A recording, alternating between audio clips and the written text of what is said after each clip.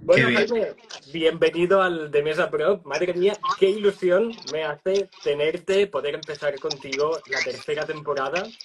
Oye, Nada, muchas gracias por aceptar nuestra invitación, de verdad. nada, ilusión la mía, yo encantado. Además, esto es una cosa que teníamos como palabrada hace mucho tiempo, incluso antes de que incluso la urraca Total, estuviera o sea, en lo vida. pensaba, creo que fue, pues de igual, 2021 o así, la primera vez que Sí, te sí, puede ser. contacté por ahí. Pero bueno, tenía que suceder ahora, así que bueno, gracias de nuevo por aceptar, gracias también a todos los que se estáis uniendo. Y nada, Jaime, yo quería empezar preguntándote que cómo estás llevando el éxito de tu novela, porque, bueno, para poner contexto, Jaime ha escrito esta novela de aquí, no sé si se ve, Urraca, urraquita, urraquitita. y ya van cuatro ediciones, tío. Lo publicaste en abril, cuatro ediciones. Sí, ¿Cómo se gestiona eso? pues a ver, mal. No, ya fuera de bromas. La verdad es que evidentemente estoy muy contento, pero sobre todo muy sorprendido, porque no esperaba para nada No. no, no, no, para nada, que Urraca, Urraquita, Urraquitita fuera a llegar a la gente.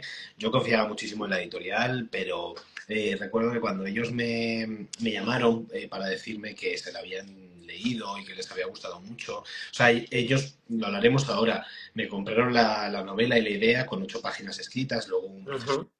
de 2 meses y medio, que para mí fue estar muy inmerso, vamos, me metí de lleno en el proceso de escritura.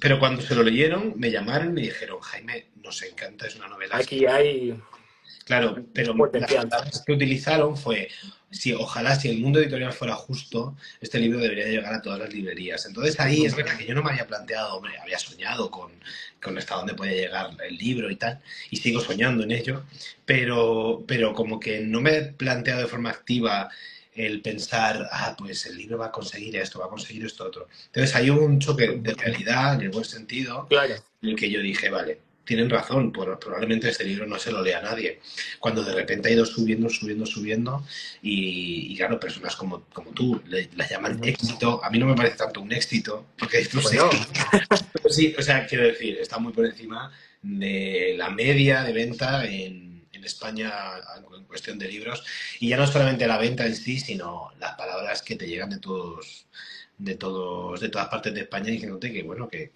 es un libro que les ha fascinado. bueno, es que yo ya te lo comentaba mientras lo leía que, jo, a mí me costaba creer, ¿no? Que era tu primera obra porque es que de verdad está tan perfecta. Mi madre, de hecho, te lo comenté, se la empezó a pocas páginas, me dijo, es como si estuviese leyendo a Gabriel García Márquez de nuevo, madre mía. Ya, bueno, mira, se me ponen los pelos de punta y no sé ni cómo comportarme para no parecer imbécil, la verdad. Hay algo de que cuando te hacen este tipo de comparaciones dices, bueno, a ver, ok, pero sí es verdad que mucha gente me ha repetido esto de, es increíble que sea tu primera novela. Bueno, Y eso es bueno. sí, es bueno, pero también me abruma. Hay algo de que yo no me he planteado que esta novela fuese escrita, que Claro. yo considero que es una muy buena novela, pero también considero o sea, cuando me empecé a dar cuenta de que la novela funcionaba en sí, ya no quiero decir si era buena o era mala, sino simplemente que funcionaba, era cuando yo en esas relecturas Ujú. me sorprendía a mí mismo.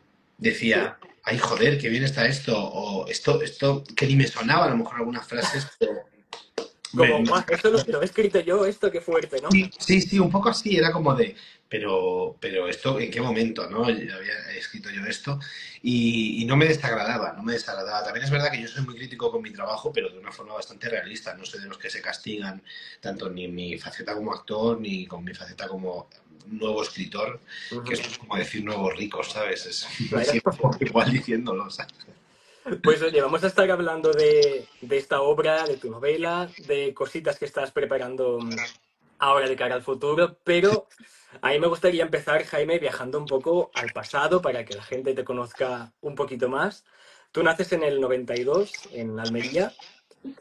Cuéntanos, ¿cómo fue tu infancia, tus primeros años de vida? Bueno, en realidad, mi vida en Almería, o sea, siempre digo que Almería es una provincia muy, muy curiosa en sí. Yo soy de Ujú. un pueblo que se llama Vera, que está como en la zona del Levante, estamos casi a la misma distancia de Almería capital que de Murcia. Entonces es como el no lugar de la provincia que quizá sea la más desconocida. También Almería ha cambiado mucho, ¿no? En cuestión de 20, 30 años. Entonces, para mí, mi patio de juegos siempre digo que era el mundo. Pero es verdad que yo no vengo de una zona, es una zona muy rural, pero yo vengo de un punto donde es más urbanizaciones, piscina. Ujú. Es la zona, para quien la conozca, es Veraplaya, Puerto Rey. Entonces, tiene otro punto, ¿no? Y sumado a esto, mi padre es de Almería Capital y mi madre es de León. Entonces, a mí la gente del pueblo, sin entrar en que me trataran mal, ni mucho menos, todo lo contrario, pero sí hay algo de, bueno, este es el hijo de los forasteros. Ujú. Nunca utilizar la palabra forastero, pero era la idea. Entonces, a mí esto me ha gustado porque mis padres nunca se han sentido de allí, tenían otras raíces, Ujú. y yo que estoy de allí me permitía tener esta visión como desde dentro y desde fuera. De todo el mundo, por ejemplo, de la santería, de la brujería, del campo, Y eso he visto que son temas que te llaman mucho, ¿no? A ti. Sí, hay algo de que me parece, sin faltar el respeto a nadie ni a sus creencias, pero bueno, me parece muy teatral. De hecho, el teatro y parte Ujú. de la religión o parte de, bueno, compartían en la antigua Grecia el mismo dios, que era Dionisio, ¿no? Y había algo de que está muy relacionado lo que es el rito, ¿no? El rito teatral con el rito religioso. Y a mí esto me ha fascinado siempre mucho, esta idea como del poder performar de alguna manera Ujú. y habitar algunos campos que a lo mejor no comparto de manera innata en mi día a día, o por lo menos no tan presente, pero sí poder entrar en ellos, entenderlos, cuestionarlos. Investigar un poco, ¿no? Claro, sí, sí, sí, sí, sí. Y bueno, igual que pasa a mucha gente que os dedicáis al arte, el arte es un poco innato en ti, ¿no? Tú ya desde muy pequeño ya empiezas un poco a tener interés por, bueno, por pintar, teatro, música, un poquito con todo, ¿no? Sí, es que justamente ayer pensaba, bueno, yo me da mucha vuelta a la cabeza, ¿no? Paso mucho tiempo solo también, entonces a veces pues, Modo bucle. y el otro día pensaba, digo, jolín, el arte, qué curioso, porque es algo que está como muy ligado al ser humano en sí, vamos, no lo podemos Ujú.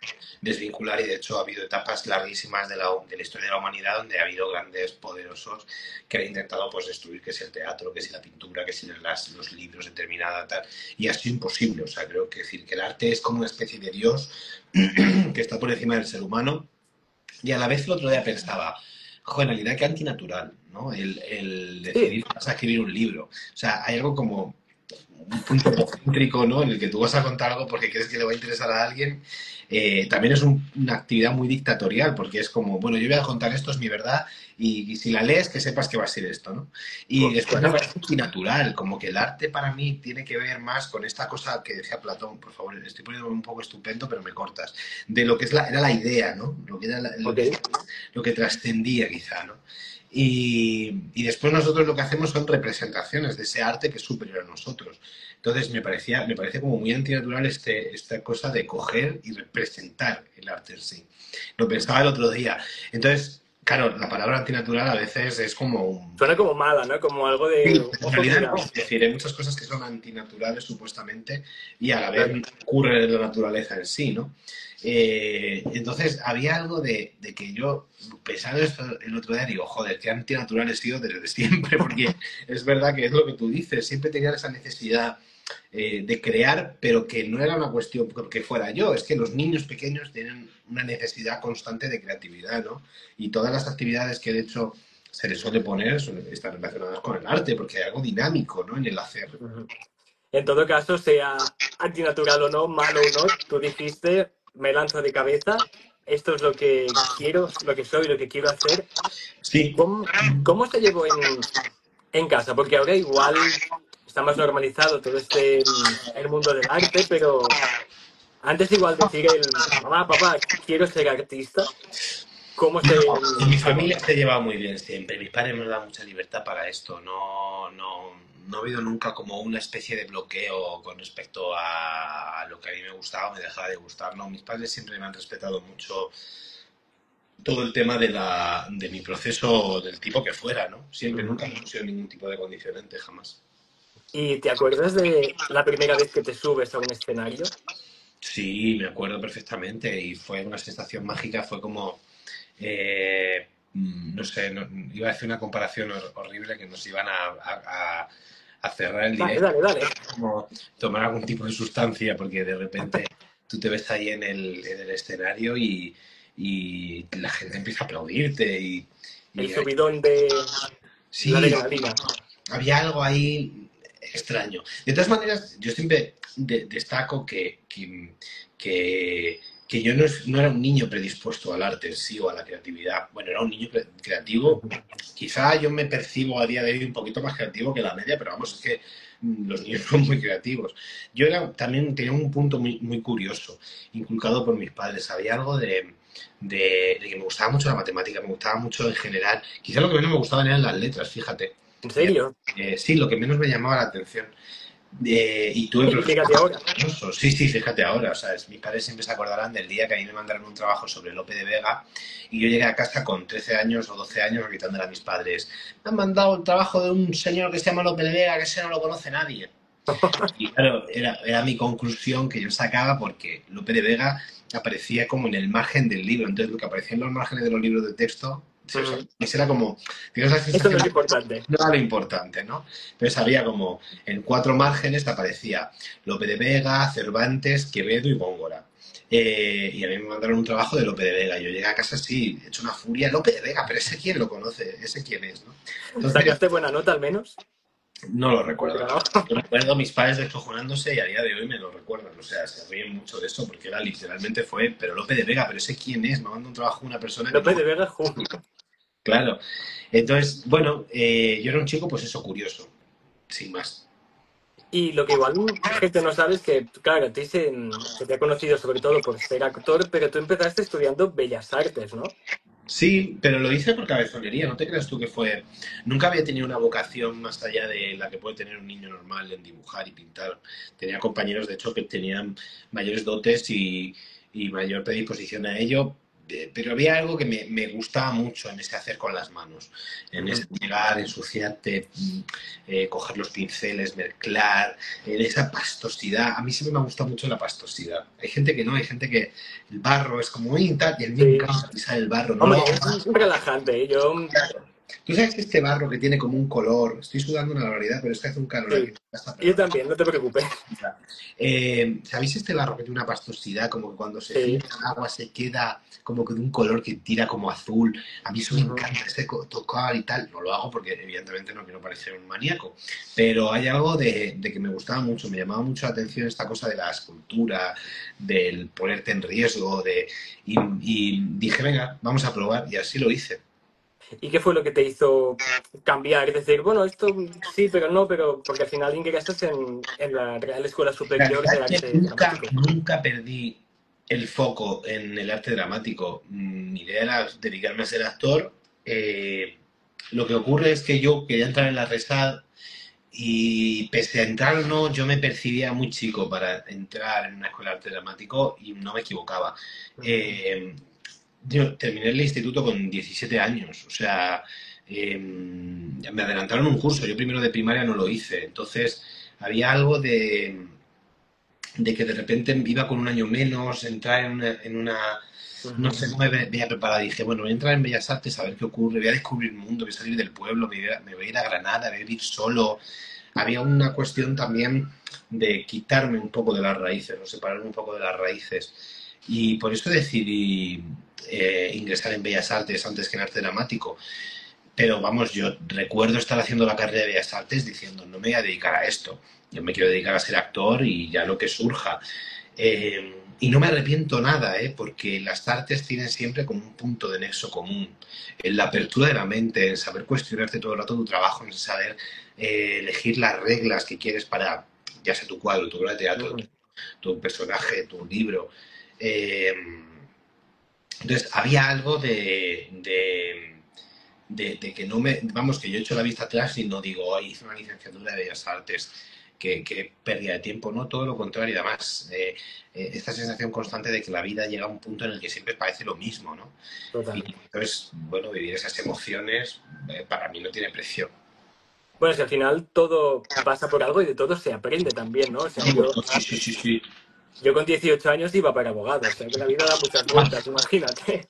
Claro, es que esa es otra, que, que ahora lo pienso y digo, bueno, tenía esta capacidad de la extremada juventud, porque yo sigo siendo muy joven, que a veces es la inconsciencia, ¿no? Y sobre todo una falsa seguridad en ti mismo en el que yo me creía invencible del mundo. Yo pensaba que la muerte era para otros, que el peligro era Ujú. para otros, y pensaba que tenía el control absoluto de mi vida. Entonces, claro, yo me echo la vista atrás y digo, ¿por qué no te has dedicado a ello? Pero en realidad, qué egocéntrico por tu parte Claro. decir, jamás me voy a dedicar a esto cuando la vida... pff. Y de hecho ha habido Nunca épocas se que me sabe. he dedicado al diseño, a la pintura, o sea, que después me he salido por otros sitios, claro. ¿Y cómo fue para ti el salir del pueblo? Porque yo creo que es algo que todos deseamos, ¿no? Los que hemos vivido pues en pueblos o en ciudades pequeñas, como es mi caso, que soñamos con pues con irnos, ¿no? A la gran ciudad y ver mundo y salir. ¿Cómo fue para ti el pues salir? Porque para mí fue como darme de frente con todos pues mis prejuicios, ideas que tenía, abrir la mente, crecer, evolucionar. Sí, para mí tenía que ver más con una liberación incluso sexual, fíjate lo que te digo. Había Ujú. algo de una necesidad de salir, de probar, de experimentar, de tomar riesgos, de tomar decisiones, asumir peligros. Entonces, claro, yo mi primer año de carrera estaba completamente dislocado, porque no había, se me juntaba esto que te digo de la inconsciencia del joven Ujú. con el hecho de querer conocerlo todo en un tiempo express. Claro, como todo rápido, deprisa, venga, venga. Pues para mí supuso quizá uno de los grandes cambios de mi vida, ¿no? El abandonar la casa, tus padres,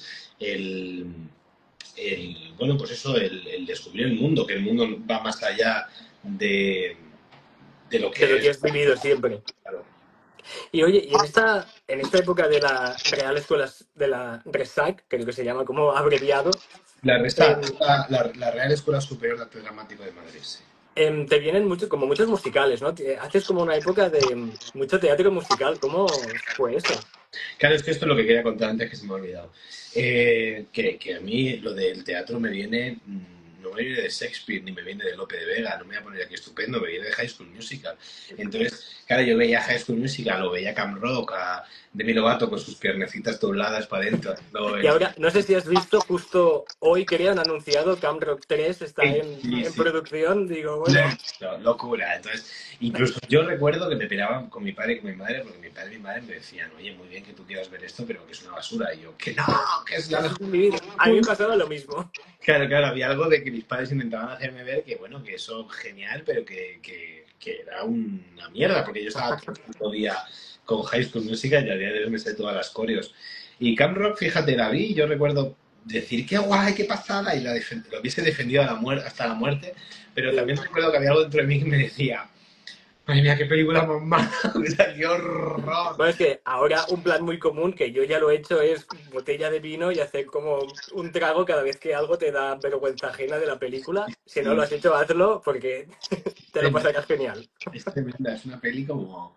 Pero bueno, eran nuestras bases, ¿no? Y Ujú. muy bien. Y claro, yo siempre lo digo, de mi generación hay una enorme cantidad de actores y actrices que se dedican a lo que se dedican, sobre todo al musical, por High School Musical. Es que cuando yo estaba en el instituto, por lo menos en mi zona, los musicales no estaban de moda. Tuvieron que llegar High School Musical y luego Glee para Sí, que la juventud dijera, que hay una cosa que se llama West Side Story, que hay una cosa que se llama El fantasma de la ópera, o lo que quieras llamar. que hizo eh, como boom luego. claro, y ahí empezamos a descubrir toda una generación, pues, los musicales, y yo quería dedicarme a eso. Lo que pasa es que ya hubo un momento en el que dije, nunca más. Pero mira, fue justo en esta época de, bueno, no sé si esta obra era musical o no, pero por la obra Amor de Don Perlimpín con Belisa en su jardín te dieron un premio. No sé si Sí, fue tu primer reconocimiento o fue como si tu primer... fuese la primera vez que dije, pues quizás sí me puedo dedicar a esto toda mi Ujú. vida. Pero bueno, es un reconocimiento que me dieron en el 2009, quiero decir. Yo a veces ni me acuerdo y es como que digo, jolín, está bien como, no sé cómo decirte, como superarlo, ¿no? Porque han pasado un montón de años y a veces me lo dice la gente, en plan, ay, cuando ganaste el premio, Y claro, no son conscientes que ganaste el premio fue hace, Hace mucho tiempo. hace 16 años. No, ¿qué digo 16? Bueno, sí, sí, 16 años. Pero imagino que debe como, cuando empiezas, ¿no? Que te den como un reconocimiento, te debe ayudar un poco a decir, wow. Claro, o sea, para mí fue la confirmación de, bueno, quizás sí puedo dedicarme a esto de manera profesional, ¿no? ¿Y cuándo empiezas a aparecer más delante de la cámara? Porque sí que es verdad que empezaste en teatro, pero bueno, luego poco a poco, ¿no? Empiezan Es que cortos. se fue solapando una cosa con la otra, ¿no? De repente me empieza a salir un corto, pero yo trabajaba en tele, o sea, en musicales, en teatro. Quizá la primera vez así que, bueno, es que no sabría decirte, no me acuerdo de la primera vez que me puse delante de una cámara, la verdad. No, no lo recuerdo. Pero porque ya te digo, se fue como solapando, me acuerdo de muchos proyectos, de casi todos, Ujú, vamos, por decir de todos, pero hay algo de que se va solapando el trabajo. Y me sigue ocurriendo. Yo estuve en la Mesa de Cine, estuve 2 años, ujú. eh, y ahora estoy en teatro. O sea, hay algo de que el trabajo se va. Vas moviendo. Sí, sí, sí. Que justo ahora que has nombrado la que se avecina, te quería preguntar cómo es el... Claro, tú llevabas toda tu vida en teatros, haciendo proyectos y tal, pero igual fue con la que se avecina cuando te enfrentas a la exposición más masiva, ¿no? A que la gente te empiece a... Cada vez te conoce más gente. ¿Cómo Mira, se enfrenta uno a eso? está en el directo Elizabeth Larena, que era compañera mía de la que se avecina, de hecho.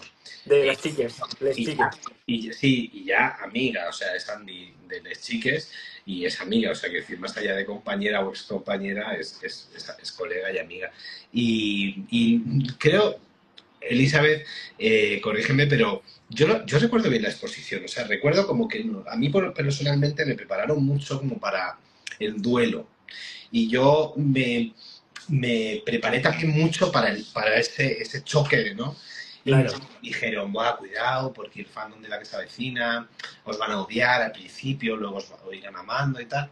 Y el choque para mí no fue tan gordo. O sea, era tanto lo que a mí me daba esa serie, Ujú. bien que me lo pasaba, lo mucho que lo disfrutaba. Pasábamos las horas muertas. Yo recuerdo que cuando terminamos de grabar la temporada 13, que fue en la que entramos Les Sí. Chiques, recuerdo que íbamos a... Y sería octubre, acabamos de terminar de rodar, ¿no? Y, y yo mandé un audio, porque tenemos un grupo, Alex de la Croix, Elizabeth Larena y yo, Les Chiques, y les dije, chicas, que hemos estado en la lista vecina, claro, y de repente Claro, fue fue como... cuando terminamos, y yo a día de lo pienso y digo, wow, hostia, ¿cuánta gente puede decir que ha estado de fijo en la lista? Claro. O sea, muy poca. Pero también te digo que yo lo vivo con normalidad, ¿no? Esto es, Ujú. me preguntan sobre ser homosexual. Digo, pues yo es que no me levanto todos los días Y pensando en eso. pienso, oye, claro. Claro, o sea, que tengo otras cosas en mi vida. Entonces, pues me pasa un poco igual, que yo no me levanto todos los días y pienso, hostia, esta es la que se avecina, esta es la que se avecina. Pero sí hubo una época que yo sí que me levantaba todos los días y decía, Estoy en la que se avecina.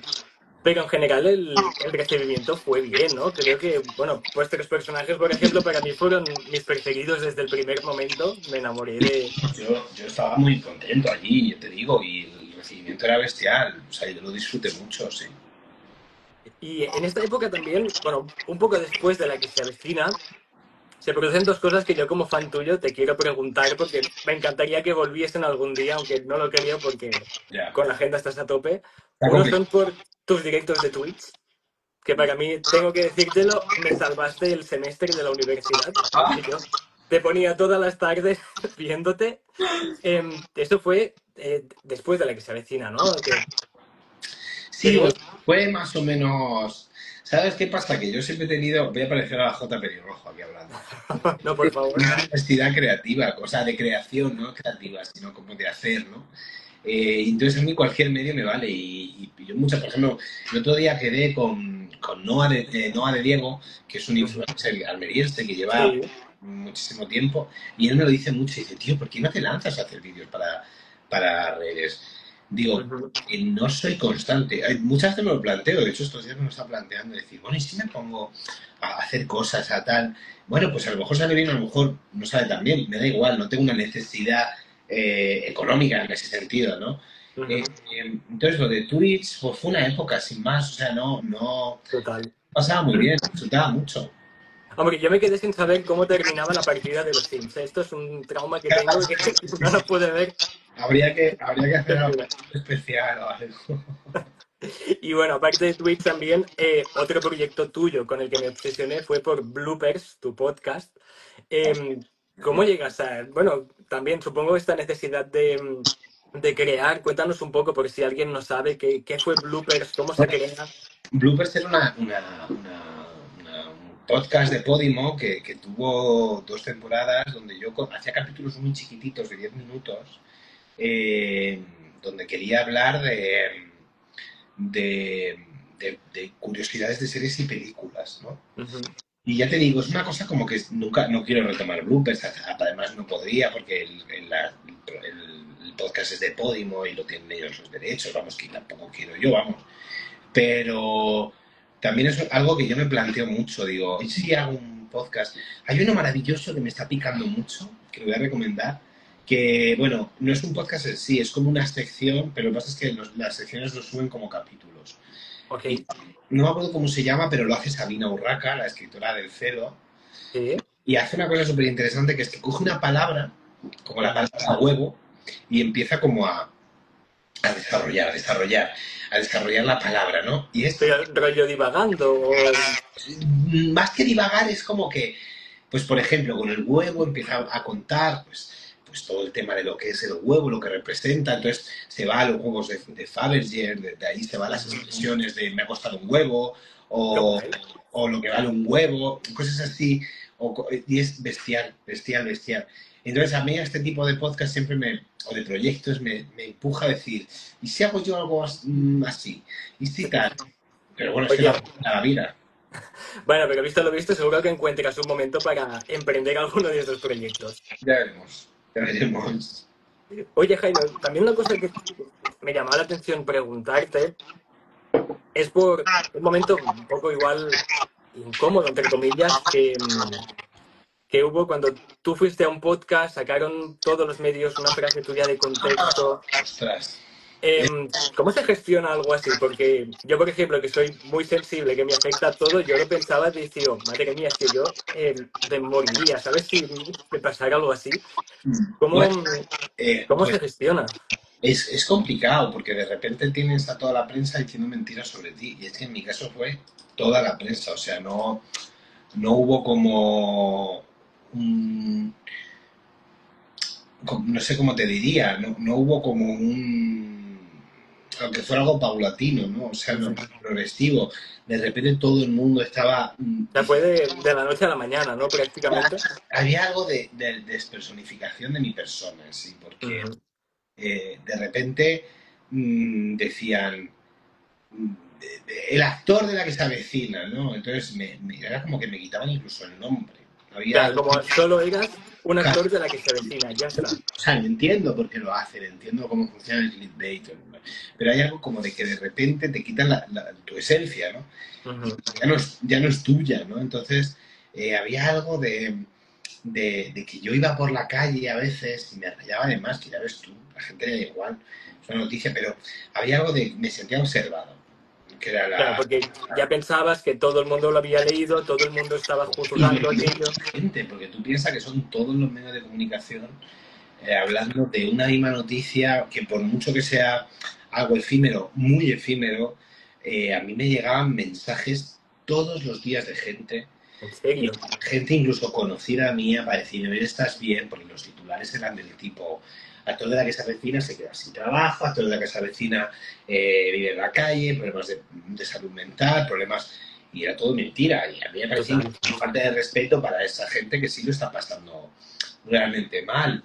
Yo estaba en mi casa, además, de mis padres, con mi padre el surf. O sea, yo estaba como viendo mi vida de un sueño y todo Claro. el rato era mensajes y mensajes y a ver qué hacemos y qué ha pasado. Entonces, hombre, pues lo gestioné mal, porque encima de ese momento, como ya te digo, no me preocupé. Yo estaba a otras. Y de repente me voy a Madrid, vuelvo al trabajo y tal, y a los meses me vuelve de rebote. Y ahí sí es verdad que yo dije, hostia, sí me había afectado, lo que pasa es que yo no me había permitido el, Sentirlo igual. el escucharme, claro. Bueno, es que al final, jo, yo lo veía como seguidor tuyo y lo que decías, que da rabia ver, pues como solo por conseguir clics, visitas, ¿no? Ya hacen como titulares incendiarios que nada tienen que ver, que dices, chico, pero si eres periodista, Claro, tienes tu trabajo. a día de hoy no te creas tú que me preocupa mucho. Quiero decir, Ujú. Bueno, eh, lo que decíamos antes, de todo se aprende, anécdotas, episodios. tal cual, tal cual. Pues bueno, avanzamos así entonces hasta el momento actual. Jaime, hablamos de esta pedazo de novela que te has marcado. ¿Cuándo se encienden las primeras páginas? Pues mira, el otro día lo revisé y creo que fue un 8 de septiembre, pero... O sea, pues mira, te cuento, es una bobada, pero mis amigos me regalaron un curso de escritura. Yo llevaba tiempo queriendo escribir, pero no sabía cómo, ni sabía cómo se tenía que hacer, ni qué iba a ocurrir si lo hacía. O sea, no tenía mucha idea y sigo sin tenerla de cómo escribir un libro, la verdad. Eh, Hostia, pues para no tener idea, joder, te has marcado ahí Quizás el secreto sea ese. no Quizás saber. ese, no saber, porque la Urraca Urraquita Urraquitita es un libro que yo escribo por puro aburrimiento, por pura necesidad conmigo mismo, bueno, por muchas razones, ¿no? Y bueno, me rondaba la cabeza y mis amigos me regalaron un curso con Jorge de Cascante, que además es un editor maravilloso de Blacky Books, y, y hace muchos cursos. Y entonces recuerdo que él es un tío muy honesto, muy honesto. Ujú. Y diría que incluso un poco inseguro con su hacer, pese a que tiene muchísima idea. Y entonces nada más empezar el curso, él dijo algo así como, bueno, aquí no os vamos a enseñar realmente nada, porque esto es un entrenamiento en sí. Y está bien que realmente no sepáis nada, porque casi que muchas veces se escribe mejor el que no sabe que el que sabe. Por ejemplo, esto es lo que hablábamos con respecto al arte. Ocurre, de hecho, yo creo que casi todas las disciplinas artísticas. Según tú vas aprendiendo más te tienes que quitar para poder recuperar esta idea del niño que juega, ¿no? Que hace algo y que se siente con esa libertad para crear. Evidentemente la técnica es súper importante, pero la técnica es importante y yo lo aplico mucho al tema de la interpretación porque yo, por ejemplo, ahora que estoy en la obra de la barraca, Ujú. tengo una gira de 2 años por delante, que por 2 años. claro, que la semana que viene tengo 7 funciones en Valencia. Si tú no tienes la técnica, la experiencia, el trabajo, tú vas a hacer una función maravillosa y 10 malas. Eso Claro. es, y te va a ocurrir con lo mismo con la pintura. Vas a hacer, no vas a poder estar pintando o no vas a poder escribir de manera diferente y que va a haber algo que te va a faltar. Entonces la técnica y el aprendizaje es muy necesario, pero para eso. Pero después a la hora de trabajar te lo tienes que quitar, tienes que intentar quitar la cabeza y por supuesto todo eso que sabes y tienes que hacer. Y tienes Un que poco igual, pues también poner la mente un poco en blanco, ¿no? De sí, decir, más que en blanco hay algo de eso, de jugar. Un niño no se cuestiona nunca. Un niño no está diciendo, ay, pues estoy pintando, pero es que claro, pues es que me he salido, ¿no? O es que tendría que haber utilizado así la pintura, o tendría que haber hecho esto. Pues es un poco igual. Y con la escritura es igual. Y me escribí un artículo una vez que yo me río porque eh, digo, qué pedante soy. Y es que la última frase del artículo era, yo no quiero escribir bien, yo quiero escribir libre. Y de verdad es una frase horrible que es para hacértela en un cojín. oye, pero es para, te hace pensar, es bonita. Bueno, es bonita, pero que es súper cursi. Pero que esconde dentro una realidad que es que yo no quiero escribir bien. Me da igual que haya una coma, que haya un punto. Evidentemente todo eso es importante, pero viene el trabajo después, ¿no? De cuando tú relees y Revisar, revisar, corregir. efectivamente. Pero a veces yo digo, bueno, ¿y si me apetece escribir una página donde, pues, te pongo una idea, ¿no? Como después de cada palabra haya una coma? Que sea la, coma, casa, coma, azul, coma. Porque a lo mejor yo necesito que en ese momento el personaje que está hablando, que está viviendo, eh, lo haga así. Y de hecho, en Urraca, Urraquita, Urraquitita hay 2 páginas de monólogo de un personaje que está muy cabreado, que no Ujú. hay un punto, que es Del tirón. y funciona muy bien. Y no es algo que yo haya inventado. Hay grandísimos escritores y escritoras que han utilizado este recurso un montón de veces.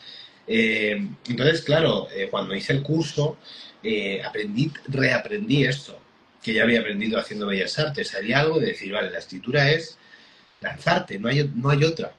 Y entonces me senté un día, me puse a escribir, me salieron 8 páginas, las mandé a una editorial que era la que yo quería y me dijeron, pues sí, Pa'lante. sí, el día 8 me dijeron, las envié, el día 11 fue cuando me dijeron, Oye, súper deprisa, ¿no? sí, sí, claro, de repente yo dije, ostras, que ahora tengo que escribir el libro. Claro. Y entonces, ¿te costó más cuando ya era obligación, entre comillas? O sea, la presión de tener, vale, No, tengo hasta tal día para no, hacerlo. no me costó más. Yo trabajo mucho, pero yo funciono mucho bajo presión.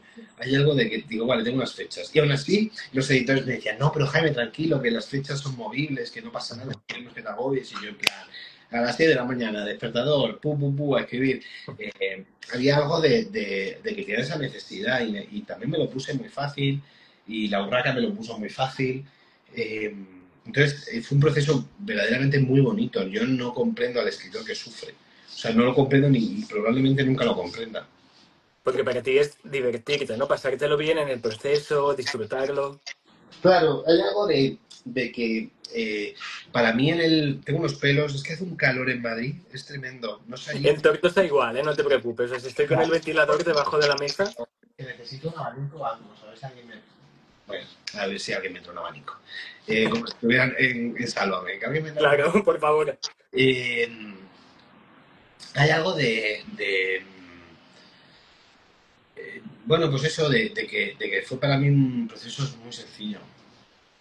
Que estoy pensando, para la gente que nos está viendo y no se haya leído la novela, es una obra de realismo mágico, que es una señora que se sienta debajo de un árbol a, a esperar la muerte.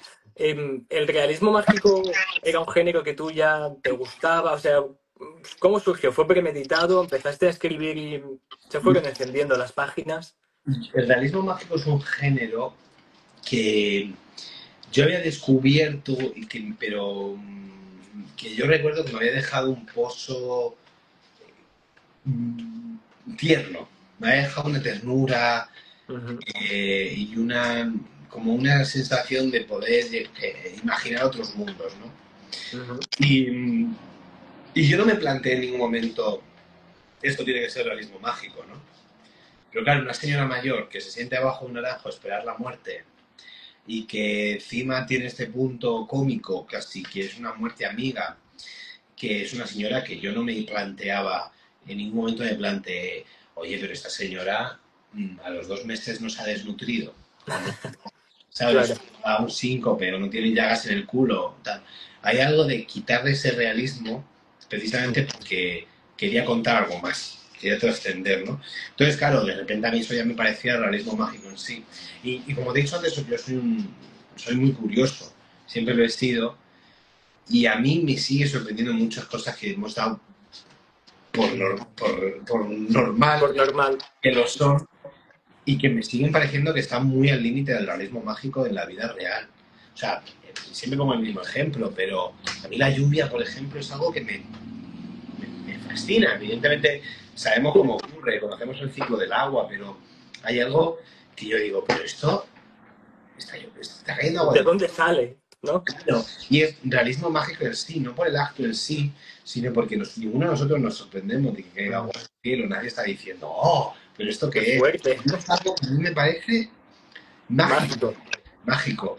Y de hecho, ya si te vas a Almería, que cae barro, o sea, que cae Ujú. barro del cielo, pues de las calimas que vienen del Sáhara, de los vientos que vienen de la zona sur, pues claro, imagínate de repente que el cielo se pone de color rojo y que empieza a caer barro, que parece sangre, que está lloviendo sangre. Hombre, yo me asustaría un poco, ¿eh?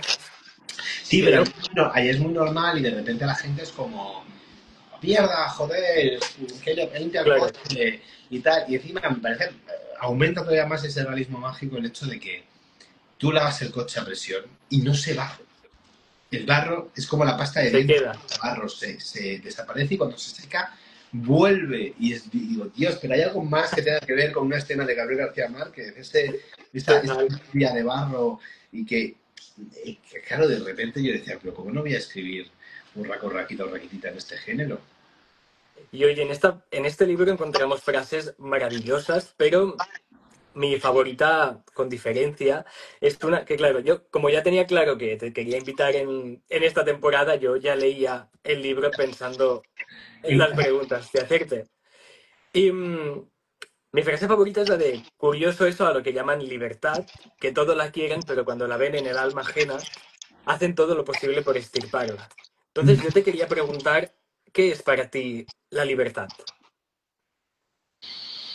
Uf. Ostras, pues creo que está, el sentimiento de libertad creo que está eh, como el nivel de esta idea del arte, ¿no? Que son cosas que nosotros estamos como intentando solidificar de alguna manera, tener nuestro mundo, pero que está muy por encima de nosotros y que verdaderamente el entenderlo es algo muy complejo y bueno, seguramente en esta habrá gente filosofando sobre lo que verdaderamente es la libertad y hasta qué punto esta idea de la tolerancia, ¿no? De tu libertad cada cuando empieza la del otro, eh, o es que claro, o sea, lo que hay que tolerar, si la intolerancia se puede tolerar, o sea, hay un montón de cuestiones así que son, pues, evidentemente tendrán una respuesta de forma individual, pero a nivel colectivo probablemente no la tengan nunca. Entonces, la libertad, claro, además, en el mundo en el que estamos, al que estamos virando, como concepto, creo que hay que agarrarlo, porque Ujú. lo que está ocurriendo ahora es que, de hecho, hay una determinadas personas que están intentando pervertir el símbolo el significado de esta palabra en sí. Y entonces, ahí es muy peligroso porque desvirtuar el lenguaje hace que o sea, no somos conscientes del efecto que puede llegar a tener en el ser humano. Y de hecho, si la gente no se ha leído, si no se ha leído La Urraca, por supuesto que se la lean, pero si no se han leído en 1964, que se la lean, porque Lo eh, tengo en la estantería de hace muchísimo. O hay un sea, montón, sin entrar en spoilers ni mucho menos, pero se habla mucho de esto, del reescribir el lenguaje, del ir uniendo conceptos hasta que podamos hablar con muy pocos conceptos, pero claro, es que el lenguaje en sí te ayuda a pensar, a crear un imaginario mucho más diverso y a ser más libre. Y además mi abuela, por ejemplo, era una privilegiada porque pese a venir de una familia más o menos humilde, pues sabía leer y escribir. El hecho de que ocurriera la guerra civil española le permitió sacarse muy rápidamente el título de enfermería, enfermera de guerra, básicamente. Y había algo en ella de que ese pequeño conocimiento ella lo atesoraba mucho y nos repetía mucho a mi hermano y a mí esta frase de, por favor, estudiad para que no se rían de vosotros. Porque había algo wow. de que si no sabes, es fácil que te engañen.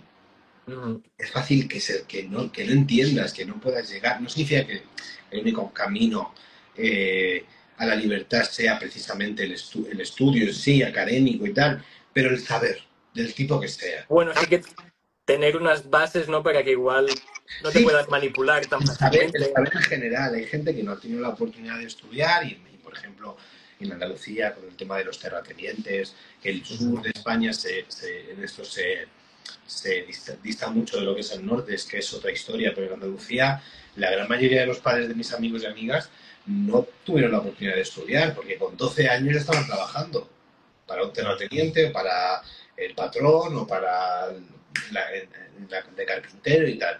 Y no son personas incultas, todo lo contrario. Han leído muchísimo, han tenido otra vía de conocimiento que les ha venido de forma más tardía precisamente porque se daban cuenta de, o sea, tengo 19 años, soy un as en la obra, como carpintero, como peón, como en la huerta o lo que sea, pero hay algo más, ¿no? Hay algo de que el conocimiento no solamente es para que tú sueltes una frase bonita en una entrevista o en un grupo de amigos, no es para hacerte el pedante, es que la sabiduría te da literalmente, o por lo menos te acerca un poco a la libertad en sí. ¿Y tú te consideras libre hoy en día, puedes decirlo? No, no, bueno, sí, a ver, joder, es Sí, que ¿no? Claro, o sea, entendamos el concepto de libertad dentro de que, bueno, vivimos en un sistema que nos obliga a trabajar mucho cuando no queremos, que nos está privando de muchas opciones, que no nos podemos permitir una casa, pero claro, si comparas lo que está ocurriendo, por ejemplo, en el genocidio de Gaza, pues Total. evidentemente pues, soy más libre, o por lo menos más afortunado. Un poquito más de suerte, se podría decir, ¿no? Al menos, o sea, dentro de la situación que se vive en el mundo. Claro, no, no, vivimos en un... Además, que el otro día, por ejemplo, fui a la presentación del libro de Leche Cruda, de Angelo, Sí, y él dijo, al principio, dice, quiero denunciar el tema que está ocurriendo en Gaza y tal, dice, porque es que me parece increíble que hoy en día en cualquier acto no se esté nombrando esto. Y ujú, además es que el conflicto de Gaza viene de tan atrás que, que gente como tú, como yo, hemos crecido viendo esas imágenes, ¿no? Pero claro, te paras a mirarlas, realmente dices, pero ¿cómo podemos seguir con nuestras vidas ocurriendo lo que está ocurriendo, ¿no? Eh, y, ujú, y claro, o sea, somos mundos muy diferentes, o sea, eh, somos realidades muy, muy, muy, muy diferentes. Pero hay algo de que mañana no va a ocurrir en España algo así, pero que es esto, que es efímero, que, total, que ya no hablo de derechos, ya no hablo de libertad, ya no hablo del estado de bienestar o de el lugar en el que vivimos. Yo lo comparo mucho con el cielo, que tú miras al cielo y tú dices, ah, parece que hay una cúpula que nos protege, pero que esto es ujú, alto, que mañana nos cae algo encima y ella. es algo igual, es como que estamos seguros en un estado y Mm, bueno, pero es que en 20, 30 años ya no existe nada de esto porque el mundo ha girado de tal manera que ya no se puede seguir sosteniendo. O nos ocurre algo que... Entonces a mí eso me da mucho terror porque cuando te paras sobre esas imágenes, que además son muy curiosas, porque cuando tú piensas en ese tipo de imágenes, te imaginas algo muchísimo más costumbrista, ¿no? Y de sí, repente ves que no, que van con gorras, que tienen ropa de chándal que puedes haber comprado tú en un cualquier lugar. Hay algo de un desconocimiento y de una estructura de ideal de lo que debería ser eso que no casa con la claro. realidad y que podría estar ocurriendo aquí perfectamente, sí, sí. Bueno, ahora que dices esto de normalizar, me has hecho pensar que es algo que a mí desde pequeño me ha impactado mucho el cómo hemos llegado a un punto, ¿no? Que lo normal es, pues estamos todos cenando viendo desgracias reales por la tele como si nada. O sea, a mí de pequeño siempre me impactaba mucho esto, ¿no? Y a día de hoy me sigue impactando, ¿no? Como, mejor no sé, pienso, de verdad es tan difícil, o sea, solucionar, no sé, siempre he pensado que tiene que ser más fácil y que, Debe ser complicadísimo. Debe ser complicadísimo porque hay unos intereses bestiales. Quiero decir, evidentemente, mm, si no se está haciendo algo es porque no compete. ya, Pero que al final, bueno, es que no quiero hablar de esto porque, pero no, no, que yo no soy ningún tipo de experto, pero yo veo la televisión y veo que si ahora están hablando en Bruselas de esto, que si ahora se mete Trump, que si ahora no sé cuánto, que si ahora Pedro Sánchez dice y entonces el otro le ujú, responde, que si ahora la Meloni dice, no sé, y entonces dices, claro, es que hay una cantidad de de fichas gente, que tú mueves una y tiene un montón de repercusión en otros miles de puntos del mundo y que tienen que ver con lo económico, ¿no? Por ejemplo, tenemos ahí el mar de Arán que se está secando, un mar ujú, del que vivían, un mar inmenso del que vivían miles y miles y miles y miles y miles de personas. Y yo esto lo sabía, que se estaba secando el mar, y de repente digo, ah, pues ya está, pues qué pena, se está secando el mar de Arán, ¿no? O sea, como que hace ya muchos ujú, años yo pensaba que era porque pues, que se estaba secando, que no había nada que hacer. Y ahora resulta que hace ya unos años me entero que se está secando porque Rusia ha desviado las aguas a otro punto para campos de cultivo de algodón, que es el algodón que compra joder, Zara para hacer la ropa. O sea, que decir que al final dices, ¿por qué nadie está haciendo nada con este tema? ¿Por qué se está secando todo un mar? Está haciendo un desastre horrible a nivel mundial. ¿Por qué están perdiendo el trabajo miles y miles y miles de personas? Abuelos que han ido, pescadores que han ido viendo cómo su recurso está desapareciendo. ¿Y por qué nadie hace nada? Bueno, porque todos queremos camisetas a 10 euros, ¿no? Quiero decir, claro, entonces, porque a alguien no le interesa. claro, porque hay mucha gente que no le interesa en sí. Entonces, pues esto ocurre un poco lo mismo, ¿no? Que al final, cuando escuchas hablar a políticos que te pueden caer o mejor o peor, pero que han ostentado cargos, como por ejemplo el presidente Aznar, que dijo el otro día, que es que abiertamente, que si Israel fracasa, Europa se va a la mierda, y tal cual, lo dice así. Y es como, no, claro, es que hay una parte de Europa que lo que quiere es que Israel gane ya y Ya. ya está. Y les da igual que maten a 50.000 niños, lo que sea. Les da igual, hay una despersonificación de eso. Pues Heavy. me decía, el acto me parece tan simbólico porque el otro día estaba Sabina Urraca hablando en un podcast sobre el huevo, que era una de las palabras que decía, ¿no? Sí, Decía que allá de pequeña le daban un huevo en el colegio y tenían que cuidarlo en casa, ¿no? Entonces al huevo le pintaban carita y que le tenían que poner nombre, porque claro, tenía carita. Y a mí eso me parecía como súper claro. interesante, porque digo, claro, hay algo de, si tiene cara tiene que tener nombre porque hay algo, ¿no? Pues esto pasa un poco lo mismo, que tú ves a esas personas, te puede doler más o menos, pero tienen nombre, o sea, tienen su vida, hay algo de que tienen una identidad, que hay un... Bueno, que son gente como tú, como yo, como Claro, todos claro, los que nos están viendo. tal cual, sí, sí. Y bueno, nos hemos ido un poco Sí, del perdón. tema, nos estamos quedando sin tiempo. Nada, te quiero preguntar, esta obra que estás ensayando, Jaime, ¿qué se viene en el futuro para Jaime? Hombre, pues en el futuro para Jaime se viene una gira tremenda, que es la de La Barraca, de Blasco Ibáñez, que la ha dirigido Mago Mira, que la produce Tentación, que vamos a girar por toda España, vamos la semana que viene me voy a Valencia, luego me voy a Bilbao, luego me voy a Granada, y así, no sé, sin parar. Es una obra espectacular que animo a todo el mundo. Y después nada, pues escribiendo mi segunda novela. Pero bueno, por ahora que se lea La Urraca, que de verdad que creo que merece mucho la pena. Y mientras tanto, pues estaremos pendientes de esta segunda novela de tu obra de teatro. A ver si puedo venir a verte en alguna ciudad. Me haría mucha ilusión, la verdad. Y ojalá que Estaré sí. pendiente. Ojalá que sí. Y Ojalá que sí. nada, ya lleguemos al final y te haré la pregunta típica que lanzamos aquí. Y es que, como este es un programa de la biblioteca, me gustaría preguntarte por algún libro que te haya marcado en tu vida, si nos puedes decir cuál es y si no es muy personal, pues el motivo por el que es especial para ti. Ostras, es que tengo varios, pero voy a recomendaros. Mira, este libro salió el 14 de abril, ¿vale? Urraca, urraquito, urraquitita. Salió el Ujú. 14 de abril. El día 13 de abril, que además a partir de la segunda edición lo pone al final del libro, pone que este libro fue impreso precisamente el día o sea, que salió, que se publicó el día después de que muriese Mario Vargas Llosa. Ujú. Eh, bueno, partiendo de la base que todas nuestras acciones son políticas, pero claro, un personaje como Mario Vargas Llosa era un personaje muy político.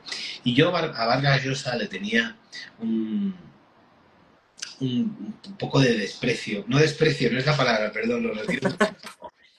Un poco de, sí, de aversión. O sea, había Sí, algo ahí que no me gustaba porque como algo que te picaba un poco. claro, se había convertido en una especie de figura política de una manera muy concreta, con unos comentarios muy concretos.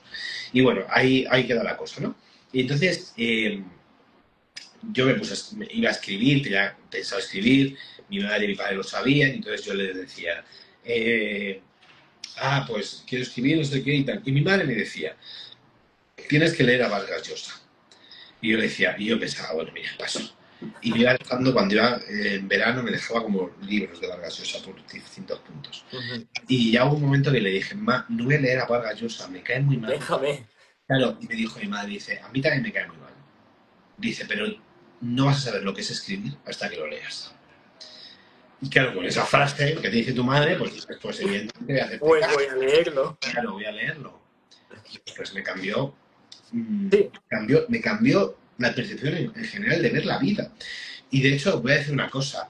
Vargas Llosa era un personaje completamente político y cuando murió, una reportera del telediario de su país habló de esto, de que desligar a Vargas Llosa de la política era imposible, porque pese a que él había virado mucho a una ideología que yo no, con la que no comulgo, eh, él hasta el último momento, por ejemplo, apoyó novela LGTBIQ+, que si no la hubiese apoyado no hubiese salido de su país. Y su novela es completamente política, completamente crítica y ridiculiza al ejército de su país, a la política de su país, a la política de derechas, a la clase establecida, adinerada. O sea, hay como una especie de crítica constante en lo político y en lo militar, en Vargas Llosa. Que tanto que yo me preguntaba, pero de verdad, este señor sigue escribiendo esto, teniendo la ideología que tiene. Pero había algo que él creo que era superior a él. Total. Tanto por esto como que para mí ese libro me ligó a mi madre en este sentido, Pantaleón y las visitadoras de Vargas Llosa. Pues oye, anotamos este libro, este título. Jaime, te voy a dejar libre porque veo que te estás deshaciendo con el calor y no Es que quiero hace un que, calor, que sufras más y es por mi culpa. me he cortado el pelo, pero no me lo quiero cortar mucho. Y entonces, claro, es que Te queda esto es como tener una manta encima, total. una cosa. Pues bueno, Jaime, muchísimas gracias por haber estado aquí un rato con nosotros. Como te digo, para mí ha sido un honor poder entrevistarte, poder charlar un rato contigo. Claro, no Eh, Nada, a la gente que nos está viendo, que vaya a la librería, que ya ha llegado la cuarta edición de tu libro, que ya lo pueden comprar, que se lo lean, que lo recomienden. Y nada, Jaime, pues un abrazo y muchísimas gracias por haber estado aquí. Gracias a ti, es un placer. Hasta luego. Adiós, Jaime.